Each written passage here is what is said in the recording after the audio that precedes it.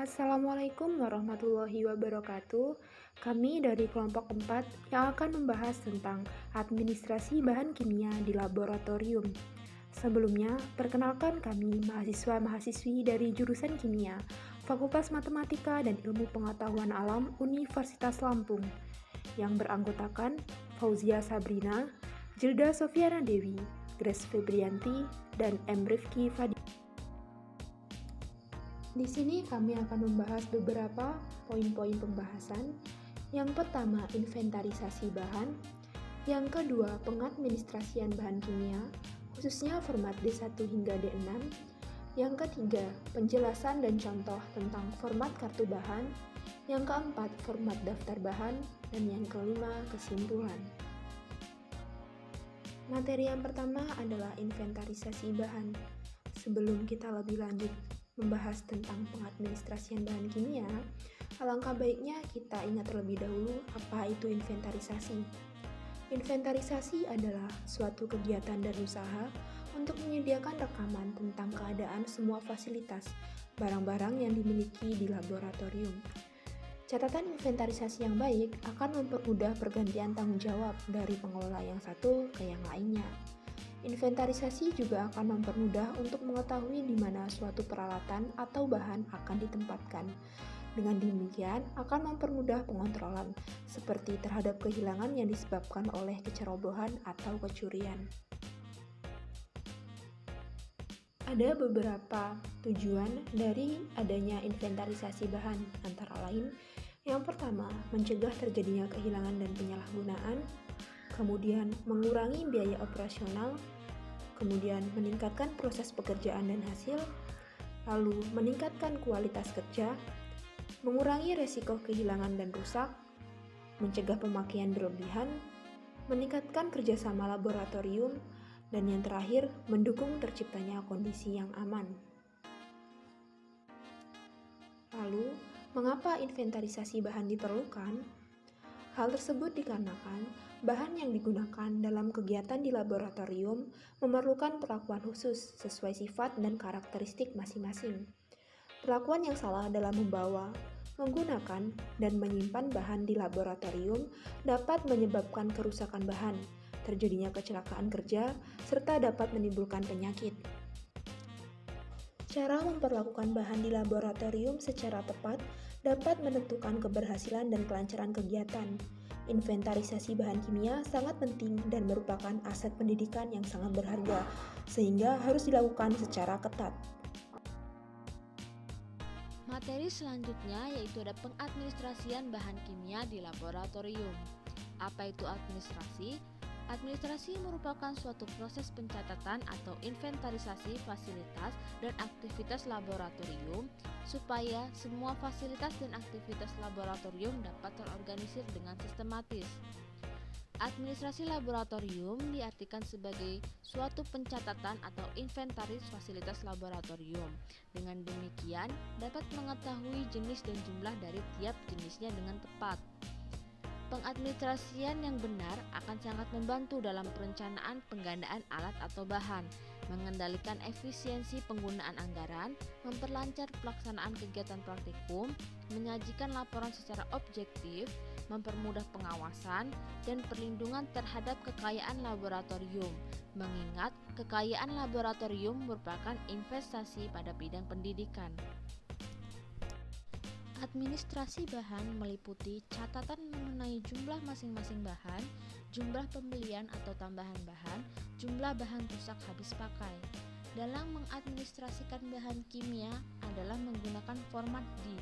Spesifikasi bahan kimia yang diinformasikan yaitu nama-nama zat dalam bahasa Inggris, rumus kimia, massa molekul atau mR, kemurnian, konsentrasi, massa atau berat jenis Bj, wujud, warna, pabrik, dan juga kode zat.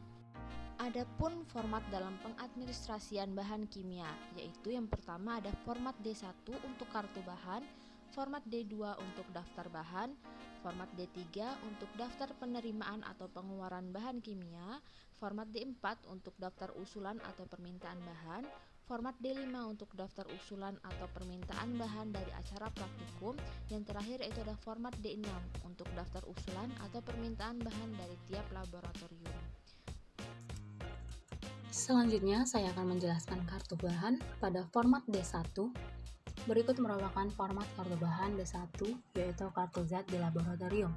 Format D1 ini terdiri dari nama sekolah, nomor kartu, golongan zat, nomor induk, dan akan menjelaskan spesifikasi dari zat kimia tersebut.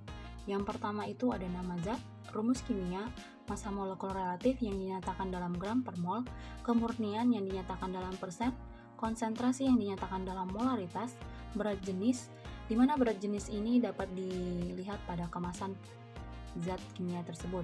Kemudian wujud ini dapat berupa cairan maupun padatan, kemudian warna dari zat kimia tersebut, pabrik atau perusahaan yang mengeluarkan zat tersebut, kode zat, dan lokasi penyimpanan. Pada format D1 ini, pada saat peminjaman dari zat kimia yang di laboratorium, terdaftar tanggal peminjaman, keadaan saat masuk, keluar, dan saat persediaan, kemudian ada paraf petugas dan juga keterangan. Terdapat hal khusus yang harus diperhatikan dalam pengisian format D1. Di antaranya, yang pertama ada nomor induk zat dan kode zat sesuai dengan kode yang diberikan perusahaan, di mana kode tersebut dapat dilihat pada daftar zat atau katalog. Yang kedua, nama bahan kimia sebaiknya dituliskan dalam bahasa Inggris agar sesuai dengan katalog zat yang diberikan perusahaan, sehingga proses pengadaan akan berjalan lebih cepat. Yang ketiga, hati-hati dalam menuliskan rumus kimia dan nama zat, karena rumus kimia dan nama suatu bahan banyak yang mirip satu dengan lainnya. Yang keempat, spesifikasi bahan kimia yang harus dicantumkan dalam kartu meliputi massa molekul relatif, yang dimana harganya dapat dilihat pada kemasan atau botol dari zat kimia tersebut. Kemudian ada kemurnian, di mana yang sering dinyatakan dalam persen berat, seperti pada asam sulfat yang memiliki kemurnian 96%. Kemurnian dari bahan kimia juga dapat dilihat pada kemasan dari zat kimia. Konsentrasi bahan kimia yang sering dinyatakan dalam molaritas atau dikenal dengan tanda M. Kemudian ada berat jenis, di mana harganya dapat dilihat pada kemasan dari zat kimia tersebut. Kemudian wujud zat yang sering dikenal dengan padatan ataupun cairan. Kemudian warna dari zat kimia dapat diamati pada saat menerima bahan. Di samping itu, pada format D1 tidak dicantumkan riwayat zat. Untuk memperoleh data spesifikasi zat tersebut, dapat melihatnya pada etiket yang tertera pada botol atau kemasannya. Oleh karena itu, etiket zat tersebut harus dijaga jangan sampai hilang. Apabila etiketnya hilang, maka untuk mengenalinya kembali memerlukan kemampuan menganalisis dan akan memakan waktu yang cukup relatif lama. Selanjutnya akan dijelaskan oleh teman saya, Rifki. Kartu daftar bahan dengan format D2. Jika pengadministrasian zat pada kartu bahan D1 telah selesai, maka pekerjaan selanjutnya adalah mengisi daftar bahan dengan format D2. Pada format D2, tercantum spesifik zat dengan mencantumkan PA, EK, dan wujud. PA dimaksudkan adalah pronis, yaitu zat kimia yang kemurniannya tinggi. Sedangkan tek atau teknis adalah zat kimia yang memiliki kemurnian teknis atau kurang murni. Format D2 berfungsi untuk membuat rekapitulasi semua zat yang ada pada kartu zat. Informasi-informasi yang terdapat dalam format ini adalah nomor urut, nomor induk, atau nomor yang sesuai dengan kartu zat, nomor kode, atau nomor yang diambil dari katalog, nama zat, rumus kimia, spesifikasi, dan jumlah. Daftar zat pun harus ada di gudang pusat pada pimpinan lembaga, kepala laboratorium, dan para ketua lab agar para pengambil keputusan tersebut mengetahui persis alat apa yang masih tersedia di gudang pusat, sehingga tidak terjadi ketidaktepatan dalam pengadaan zat baru. Berikut merupakan format daftar zat D2. Selanjutnya yaitu kesimpulan. Adapun kesimpulan yang dapat diambil yaitu inventaris yang baik dapat mempermudah untuk mengetahui di mana suatu peralatan akan ditempatkan. Dengan demikian, akan mempermudah pengontrolan setiap terhadap kehilangan yang disebabkan oleh kecerobohan atau kecurian. Administrasi merupakan suatu proses pencatatan atau inventarisasi fasilitas dan aktivitas laboratorium supaya semua fasilitas dan aktivitas laboratorium dapat terorganisir dengan sistematis.